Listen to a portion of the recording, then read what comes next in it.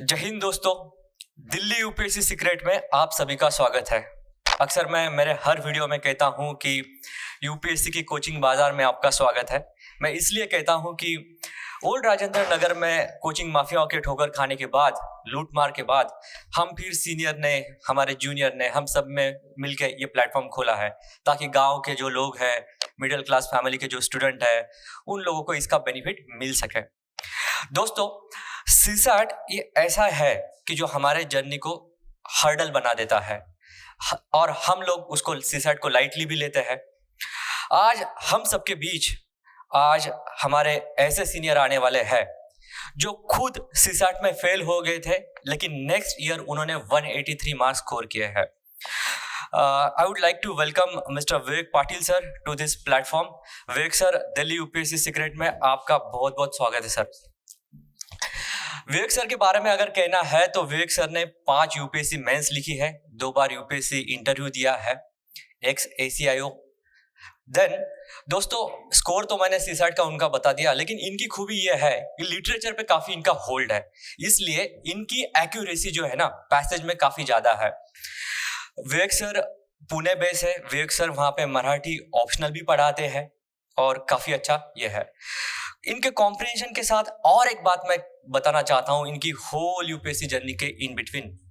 Sir, जो भी journey हमने देखी है आपकी, because Vivek sir is my Elder brother, तो इनके बारे में अगर ये कहना है, सीसैट के बारे में ये कहना है, तो एक ही लफ्ज निकल के आएंगे सर, माना की राहों में आती है मुश्किलें, माना की राहों में आती है मुश्किलें, क्या गिरने के डर से चलना ही छोड़ दूं।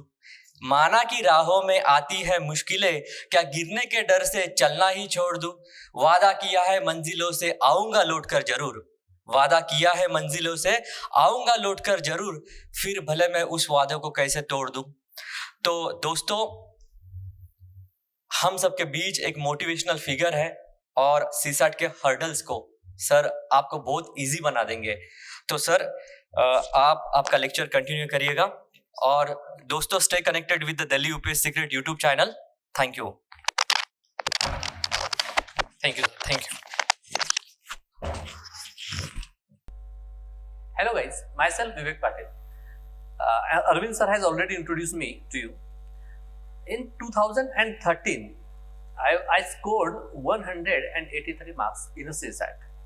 And most interestingly is that in 2011, when CSAT was introduced first time, at that year, I scored just 59 marks in a CSAT.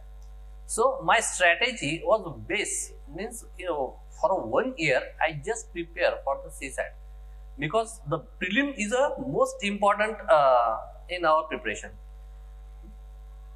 prelim जब तक हम क्लियर नहीं करेंगे तब तक हम आगे नहीं जा सकते। इसलिए in 2012 the whole year I was just preparing for the CSAT, and that resulted me in a 183 marks.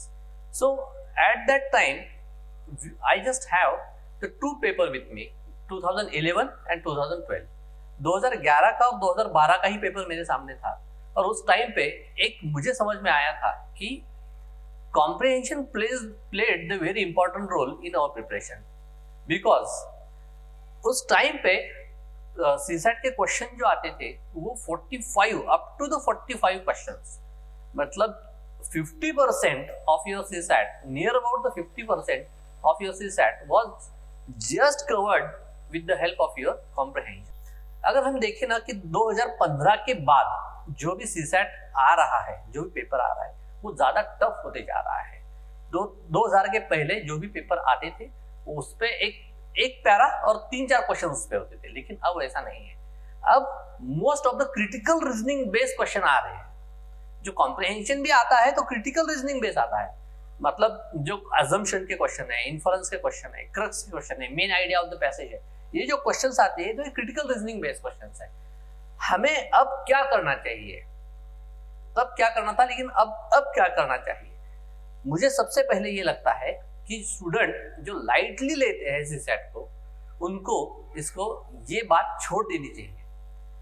अगर प्रीलिम क्लियर नहीं हुई, मतलब सीसैट क्वालिफाई नहीं हुआ, तो अगर आप 130 140 भी जीएस में स्कोर कर रहे हो तो उसको कुछ मतलब नहीं रहेगा, इसीलिए सीसेट क्वालिफाई करना बहुत इंपॉर्टेंट है। और जब आपको सीसेट क्वालिफाई करना है, मैं ये स्टार्टिंग में ही आपको एक बात बता देता हूँ कि बहुत लोगों को लगता है कि 66 मार्क्स 67 मार्क्स ही तो लेने हैं, 33% ही तो लेना है, 66 मार्क्स ही तो लेने हैं, तो इतना क्या हो गया। लेकिन मुझे एक बात आप बताइएगा, जब आपकी प्रीलिम हो जाएगी, बहुत लोगों ने ये एक्सपीरियंस भी किया होगा कि जब एक प्रीलिम का पेपर हो जाता है और आपको सीसेट में 67 एग्जैक्ट मार्क्स है बाय द अलग अलग इंस्टीट्यूट की जब आप वेरीफाई करते हो, अगर आपको 67 मार्क्स है, अगर आपको 70 मार्क्स है, अगर आपको 75 मार्क्स है, तो आप मेंस के लिए बहुत अच्छे तरीके से प्रिपेयर नहीं कर पाते हो, क्योंकि आपके मन में कहीं ना कहीं ये डाउट होता है मैं सीसेट क्लियर करूंगा या नहीं करूंगा। क्योंकि हम सबको पता है कि बहुत सारे क्वेश्चंस ऐसे होते हैं जिसका आंसर सिर्फ यूपीएससी दे सकती है। अगर 2021 में भी हमने देखा तो एक क्वेश्चन ऐसा था कि उसके दो ऑप्शंस थे, मतलब दो ऑप्शन सही दिए थे यूपीएससी में, यूपीएससी ने खुद के आंसर की में। तो जो इंस्टीट्यूट की कीज आती है उसमें तो 10 से 12 क्वेश्चंस आगे पीछे रहते हैं, जिसके आंसर चेंज होते हैं एज पर यूपीएससी का की के हिसाब से। तो इसीलिए मैं कहता हूं कि मिनिमम 100 स्कोर सीसेट में स्कोर करने का आप टारगेट रखिए, मिनिमम 100 स्कोर। क्यों? अगर 100 स्कोर के आसपास आप जाते हो, 4-5 क्वेश्चन इधर भी हो गए, आपके गलत हो गए, व्हाटएवर कुछ हो गया, तो आपको क्वालिफाई करने से कोई नहीं रोक सकता। लेकिन ये 100 जाने के लिए आपको मैथ्स एंड रीजनिंग ये तो करना ही पड़ेगा, उसके साथ जो बोनस है, जो इजी है कॉम्प्रिहेंशन, उस पे भी ध्यान देना पड़ेगा। बहुत सारे लोग मेरे स्टूडेंट है, मतलब मेरे फ्रेंड्स जोन में भी आते हैं, जो मुझे भी ऐसे बोलते हैं कि हमें पढ़ाओ, लेकिन वो मुझे लाइटली नहीं लेते हैं। तो उनके भी बहुत लोगों के मेरे पास के लोगों के सीसेट की वजह से, सीसेट क्वालिफाई नहीं होने की वजह से फेल होते हुए मैंने खुद ने देखा है। तो ये आप चांस मत लीजिए, क्योंकि there are only 6 chances in UPSC for the open prize. So 6 अगर आपके पास है तो आप इसको अच्छे से यूटिलाइज करो, और किसी भी चीज को, जो भी सिलेबस में चीज है उनको लाइटली मत लो। मैं ये बात आपको दोहराना चाहूंगा कि यस, अगर आप 12 आवर्स पढ़ रहे हो, मतलब मुझे लगता है कि 12 आवर्स तो पढ़ना ही चाहिए, actual table hours, actual study hours 12 hours अगर आप पढ़ रहे हो, तो मुझे लगता है कि ये 12 आवर्स में से सिर्फ 1/10 टाइम, मतलब 1 घंटे के आसपास, 1 आवर के आसपास आप सीसेट को दीजिए, ओनली 1 आवर के आसपास। बस ये अगर आपने किया तो आपको सीसेट क्वालिफाई करने से कोई नहीं रोक पाएगा। ठीक है, तो आज हम बात करने वाले हैं कॉम्प्रिहेंशन पे, जिसके अभी 26 to 30 क्वेश्चंस आते हैं। देखिए 26 to 30 क्वेश्चंस मतलब मेजर एरिया है जो आपको क्वालिफाई करा सकता है। इसको कोई फॉर्मूला ध्यान में नहीं रखना है और ना कुछ रखना है, सिर्फ कॉन्सेप्ट क्लियरिटी रखना है, और कॉन्सेप्ट क्लियरिटी और एलिमिनेशन मेथड, बस ये 2 चीजें अगर आपने किया तो आपको आउट ऑफ 25 मुझे ऐसा लगता है कि 20-21 क्वेश्चंस आपके सही आने चाहिए, जो, और ये सबसे ज्यादा इजी तरीका है सीसेट क्वालिफाई करने का, इसको आप इग्नोर मत कीजिएगा। ठीक है, तो अपन डायरेक्टली अभी देखेंगे कि किस टाइप के क्वेश्चंस आते हैं, और एक कॉन्सेप्ट जो अजम्पशन की कॉन्सेप्ट है वो हम इधर आज क्लियर करने वाले हैं। अजम्पशन की कॉन्सेप्ट ही हम क्यों ले रहे हैं? क्योंकि अजम्पशन के कॉन्सेप्ट ये बेस है सारे अदर कॉन्सेप्ट्स के लिए। अगर अजम्पशन आपको ध्यान में आ गया तो इन्फरेंस, कोरोलरी, ये सारे कॉन्सेप्ट आपको इजीली ध्यान में आ जाएंगे। तो बने रहिए मेरे साथ लास्ट तक, वीडियो के लास्ट तक। तो देखिए टाइप्स ऑफ क्वेश्चन कैसे हमें आते। इन्फरेंस में भी कैसा आता है कि critical inference and rational inference, इसमें भी थोड़ा डिफरेंस है। मैं आपको वो बात नेक्स्ट लेक्चर्स में मैं ये बताने वाला हूँ। अजम्पशन में भी क्रिटिकल एंड रैशनल अजम्पशंस, ये दोनों टाइप के क्वेश्चंस आते हैं। इसमें बेसिक डिफरेंसेस है। ये दोनों क्वेश्चंस, मतलब ये दोनों word critical and rational inference, ये आपके आंसर को चेंज करते हैं, डेफिनेटली करते हैं। ठीक है, ये फैक्ट एनालिसिस कैसे करना है, क्या करना है, ये मैं आपको जब अभी इसी लेक्चर में हम एक पैसेज लेने वाले हैं उसको हम एक्सप्लेन करेंगे। ठीक है, उसके बाद crux of the passage, main idea of the passage बाद में आता है। मैसेज कन्वे बाय पैसेज, ठीक है, corollary of passage and base sum up of passage. ये मेजर टाइप से जो क्वेश्चंस हमारे पैसेज पे क्वेश्चंस आते हैं, ठीक है। तो इसके बाद हम देखेंगे कि अजम्पशन क्या होता है। हम अभी एक 2021 का एक पैसेज पढ़ेंगे, ठीक है। पैसेज पढ़ने के बाद हम उसका आंसर्स नहीं देखेंगे, उसके बाद हम कॉन्सेप्ट देखेंगे, कॉन्सेप्ट क्या होता है। उसके बाद पैसेज पे आएंगे और उसको एक्सप्लेन करेंगे कि ये जो मैंने कॉन्सेप्ट पढ़ा है वो अप्लाई कैसे होता है, ठीक है। That is very easy elimination method and concept, इस बेसिस पे ही हम आज आगे बढ़ने वाले हैं, ठीक। Okay, thank you. चलो, this is the question number 11 in 2021 A series, okay, A series, okay। तो देखिए, मैं इसको पढ़ता हूं, इसके क्वेश्चंस हमें नहीं पढ़ने, ठीक है।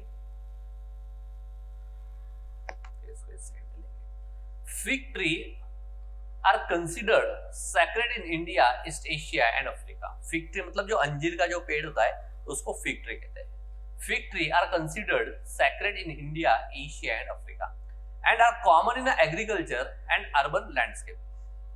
Whenever you have any particular place in passage, just underline that one। जैसे कि fig tree आ गया, India, Asia and Africa ये आ गया, इसको underline कर लेना है।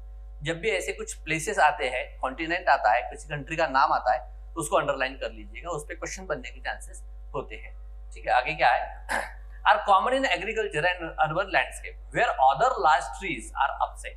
देखिए, इस पे क्वेश्चन है, other large trees are absent. Absent मतलब, इसका मतलब ऐसा है क्या कि उस जगह पे अदर लार्ज ट्रीज ग्रो नहीं कर पाते, ग्रो कर पाते होंगे लेकिन वहां पे वो अपसेंट है, वहां पे कॉमनली पाए जाते हैं। In natural forest fig tree provide food for wild life when other resources are scarce and support high density and diversity of फ्रूगिवोर।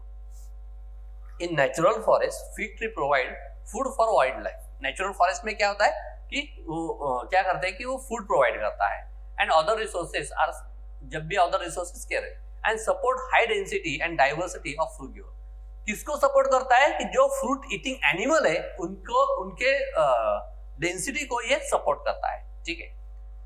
If frugivore birds and bats continue to visit fig tree located in a site with a high human disturbance। देखिए, fig tree के आजू बाजू ही ये सारा passage जो घूम रहा है, मतलब अगर हमें main idea, main crux of passage अगर पूछा जाए तो उसमें भी कैसे पढ़ना चाहिए, ये अजम्पशन के लिए पूछा गया है। अजम्पशन की कॉन्सेप्ट हम लेते हैं, लेकिन अदर भी जो कॉन्सेप्ट्स होते हैं अभी वो कैसे हम डील कर सकते हैं।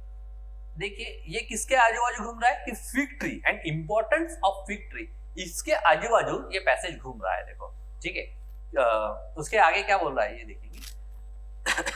If frugivores, birds and bats continue to visit fig tree located in a site with a high human disturbance, sacred fig tree may promote frugivore abundance। जहां पे ह्यूमन डिस्टर्बेंस ज्यादा है, अगर वहां पे भी अगर फिग ट्री होगा तो फिग ट्री क्या करेगा, ये फ्रूगिवोर्स बर्ड्स एंड बैट्स जो है उनकी पॉपुलेशन ग्रो करेगी, वहां पे ग्रो करेगी।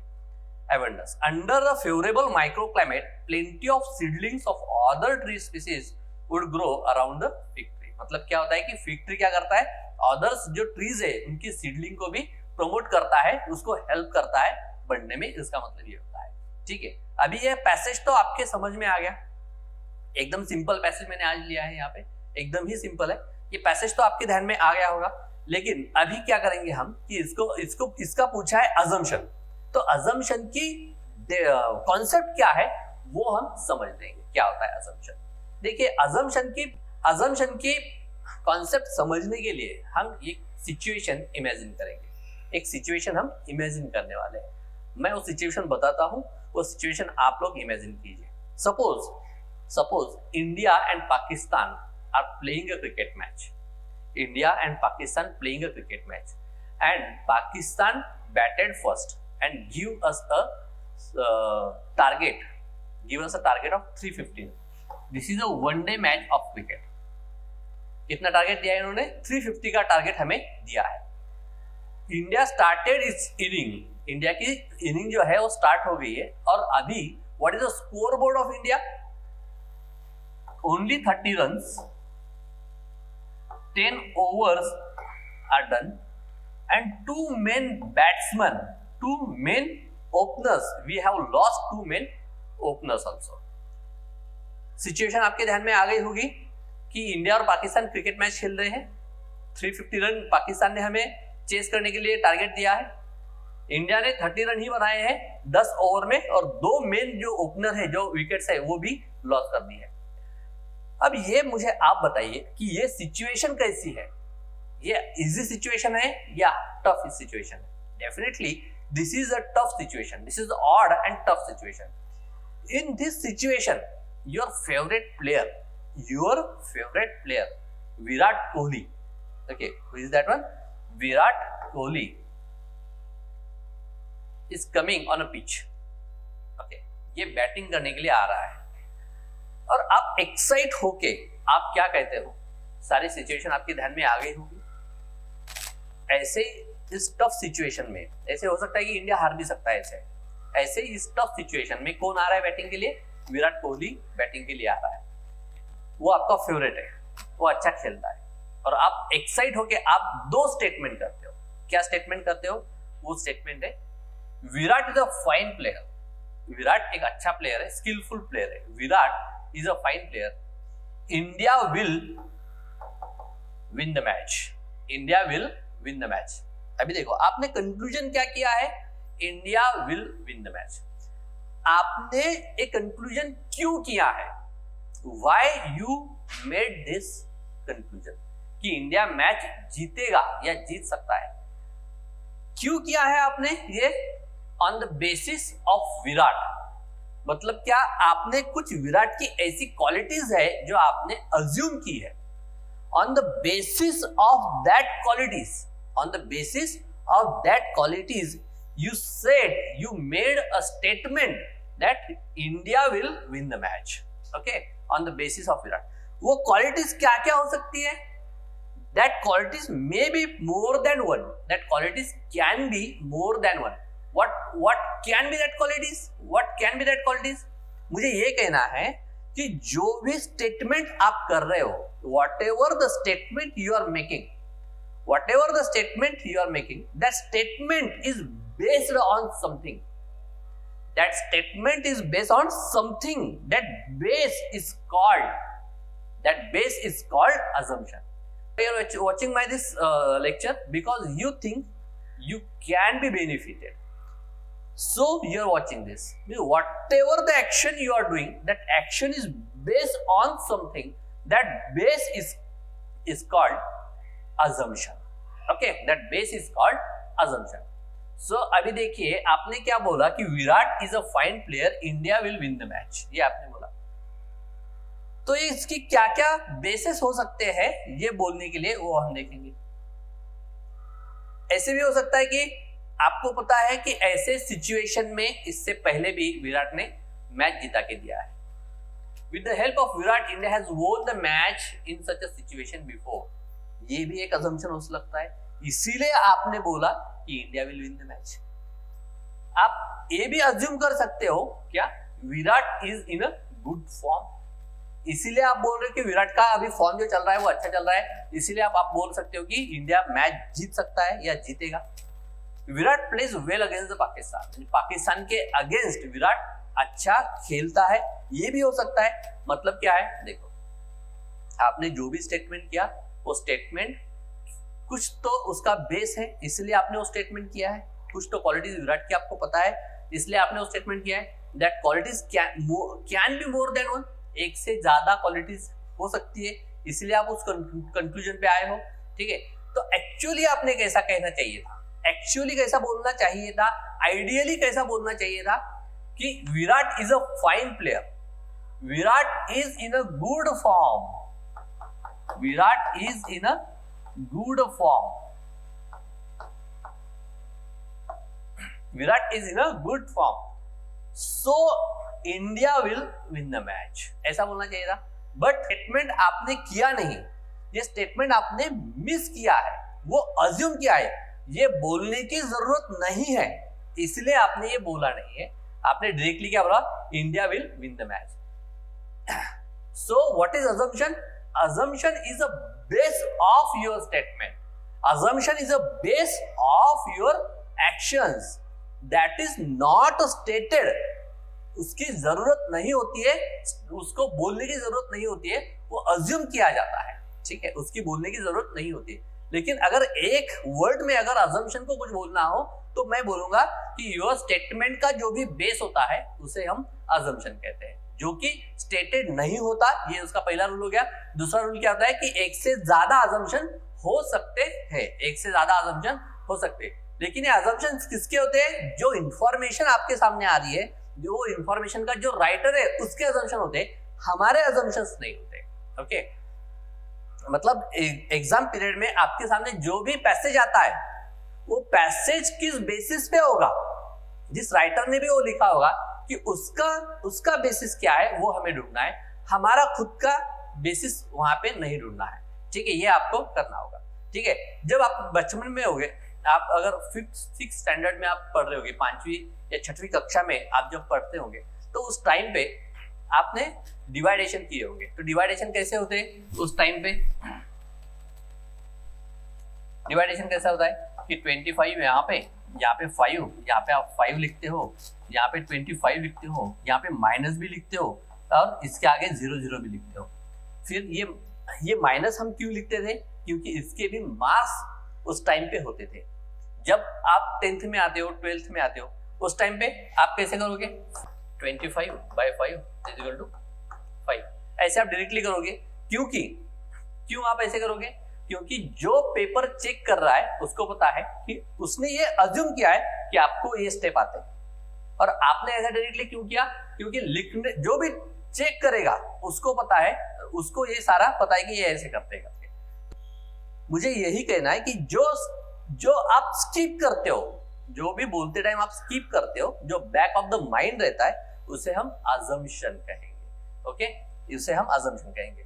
एकदम क्लियर हो गया अजम्पशन का? मुझे लगता है कि ज्यादा कुछ हार्ड भी नहीं है समझने के लिए, बस इतना समझिए कि assumption is a base of your statement, assumption is a base of your actions. Okay, तो अभी जो हमने ये क्वेश्चन, ये पैसेज लिया था, उस पर हम आएंगे। देखिए, एक बार इस पैसेज को हम पढ़ेंगे, उसके बाद में इसके एक्सप्लेनेशन पे आएंगे। देखिए क्या कहता है, fig tree are considered sacred in India, East Asia and Africa and are common in agriculture and urban landscape where other large trees are absent. Absent बोला है, grow नहीं हो सकती ऐसे नहीं बोला है। In natural forest, fig tree provide food for a wildlife when other resources are scarce and supports high density and diversity of fruit. In natural forest में जब other resources नहीं रहते, वहाँ पे food provide करने का इसमें responsible रहता है, food provide करता है। और क्या किसको सपोर्ट करता है? High density and diversity of frugivore, मतलब जो भी फ्रूट ईटिंग एनिमल्स है उनको, उनकी डेंसिटी को ये सपोर्ट करता है। उसके बाद में क्या बोला है कि frugivore birds and bats continue to visit a fig tree located in a site with a high human disturbance. Sacred fig tree में प्रमोट फ्रूगिवर एबंडेंस, मतलब जहाँ पे हाई ह्यूमन डिस्टर्बेंस भी जहाँ पे है, अगर वहाँ पे अगर फ्रूगिवर वहाँ पे अगर विजिट करते हैं तो उनके भी मैक्सिमम डेंसिटी को ये सपोर्ट करता है। Under a favourable microclimate, plenty of seedlings of other tree species would grow around the fig trees। मतलब fig trees के आजू बाजू अदर्स भी पेड़ जो है वो बढ़ सकते हैं, मतलब फिग ट्री उनके भी ग्रोथ को सपोर्ट करता है।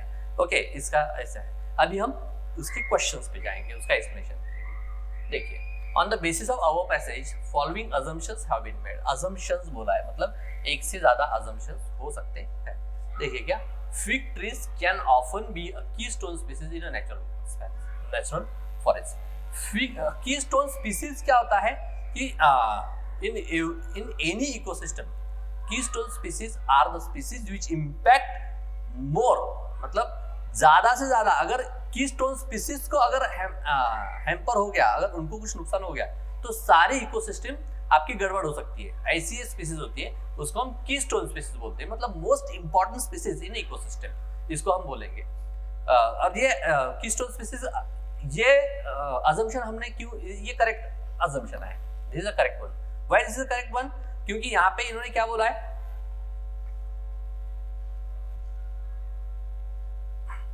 in natural forest fig tree provide food for wildlife when other resources care and support high density and diversity of frugior। मतलब जब अदर रिसोर्सेस कम हो गए या नहीं हो गए, ऐसे टाइम पे भी फिग ट्री क्या करेंगे कि वाइल्ड लाइफ के लिए फूड प्रोवाइड करेंगे।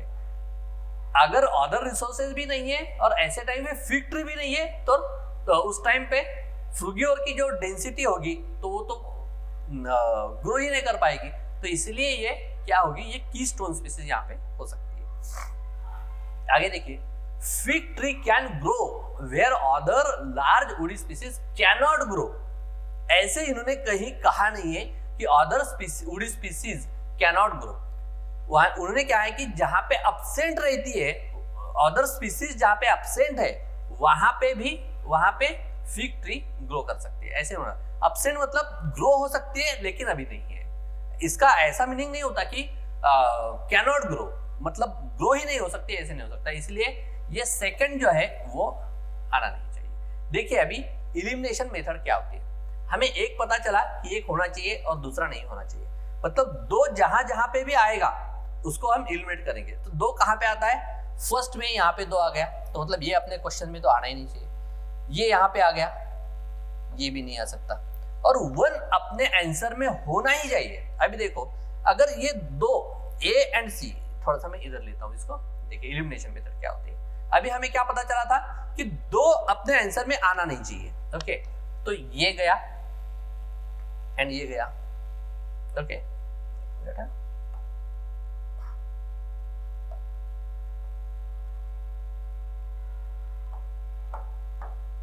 देखो ये गया और ये गया, ये आपके क्वेश्चन में नहीं आएगा, ये आपके क्वेश्चन में नहीं आएगा। और एक आपके आंसर में आना ही चाहिए, एक आपके आंसर में आना ही चाहिए। ऐसा अभी आपके पास क्या बचा है, 2 और 4, इसमें एक आना ही चाहिए। मतलब कहां पे वो, यहाँ पे। ये आपका आंसर हो गया, ये आपका आंसर हो गया सीधे सीधे। कितने स्टेटमेंट हम लोगों ने पढ़े, सिर्फ 2 स्टेटमेंट पढ़े और फाइनल आंसर तक हम पहुंच गए। 2 स्टेटमेंट, ये होता है आपका इलिमिनेशन मेथड। इलिमिनेशन मेथड सिर्फ आपके करेक्ट आंसर तक पहुंचने के लिए काम में नहीं आता है, सिर्फ काम में नहीं आता। मतलब इसका और एक काम है क्या, आपका टाइम बचाना, ये भी इसका काम है। तो इलिमिनेशन मेथड आपको टाइम तो बचाता ही है, आपका करेक्ट आंसर तो देता ही आपको, इसके बावजूद आपका टाइम भी बहुत ज्यादा बचाता है। जो 2 स्टेटमेंट है वो हमें पढ़ने का काम ही नहीं करा। ध्यान में आ रहा है मैं क्या बोल रहा हूँ, ये आपको समझ में आ रहा है? तो देखिए अभी अपने पास टाइम है तो हम देख लेंगे। Sacred trees can have a role in a biodiversity conservation. ये सही है। बायोडाइवर्सिटी कंजर्वेशन मतलब कि उनको सपोर्ट करता है, फिग ट्री फ्रूगियोर को सपोर्ट करता है। तो यस, बायोडाइवर्सिटी कंजर्वेशन में ये काम में आता है, ये सही बात है। उसके बाद क्या, fig tree have role in a seed dispersal of other tree species. Yes, ये लास्ट में आया है कि अदर ट्री स्पीसीज की भी ग्रो इसके आजू बाजू में होती है। तो इसलिए ये भी करेक्ट हो गया। तो 1, 3 एंड 4 ऐसा इसका आंसर आता है। देखो डी इज द आंसर। ठीक, तो हमने अभी जो देखा है, तो ये कौन सी कॉन्सेप्ट देखिए, अजम्पशन की कॉन्सेप्ट देखिए। अजम्पशन कॉन्सेप्ट्स का एक वर्ड में अगर अपने को हमें डिफाइन करना होगा तो उसको क्या कहेंगे अपन, the basis of your statement only. Whatever the statement, whatever the action you have taken, that action is based on something, that base is called the assumption. वो पैसेज में स्टेटेड नहीं होता है और एक से ज्यादा अजम्पशन हो सकते हैं। और इसको और एक अपन बोल सकते हैं कि मिसिंग लिंक, आपने बोलते टाइम किसी चीज को मिस किया या किसी जो चीज आपने अज्यूम की वो मिस होती है पैसेज में, उसको ही हम अजम्पशन कहते हैं। This is a very easy concept. Daily UPSC secrets के चैनल पे, ऐप पे हम ये एक सीसेट की स्पेशल बैच भी रन कर रहे हैं। उसमें मेरे कॉम्प्रिहेंशन के लेक्चर रहेंगे। जिन लोगों को भी सब्सक्राइब करना हो तो आप लोग कर सकते हो।